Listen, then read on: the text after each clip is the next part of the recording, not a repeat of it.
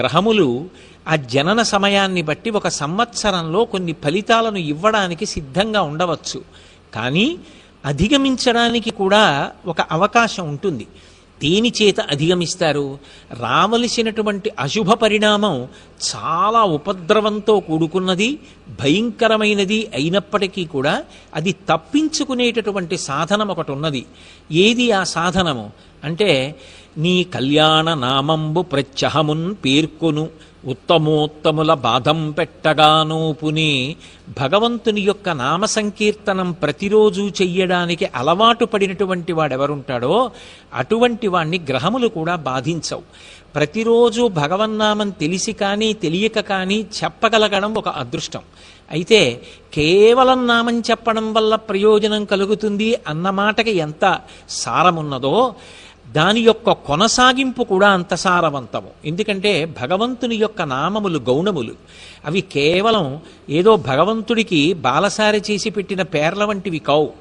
ఒక్కొక్క నామం చెప్పగా చెప్పగా చెప్పగా ఆ నామము యొక్క అర్థమేమి అని తెలుసుకునే ప్రయత్నం చేశారనుకోండి, దాని వలన భగవంతుడు ఒక్కొక్క గుణాన్ని ఆవిష్కరించినప్పుడు, లోకాన్ని సంరక్షణ చేయడానికి ఆయన ఒక్కొక్క లీలని ప్రదర్శించినప్పుడు, ఆయా సమయాలలో ఆయన చూపించినటువంటి దయ, ఆయన యొక్క కారుణ్యం జ్ఞాపకానికి వచ్చినప్పుడు, లోకం ఆయనని కీర్తించినప్పుడు వచ్చినటువంటి పేర్లు ఆ పేర్లు, అప్పుడు భగవంతుడితోటి మనకి ఒక అనుబంధం కలుగుతుంది.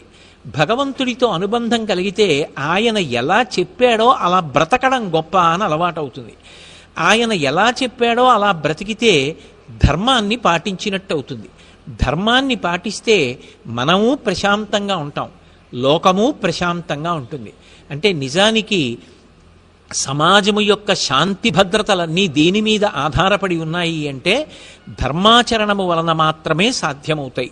అటువంటి ధర్మాచరణము చెయ్యడానికి మొట్టమొదట అసలు సమన్వయం ఎక్కడ కలుగుతుంది అంటే భగవన్నామాన్ని పలకడంలో ఉంటుంది.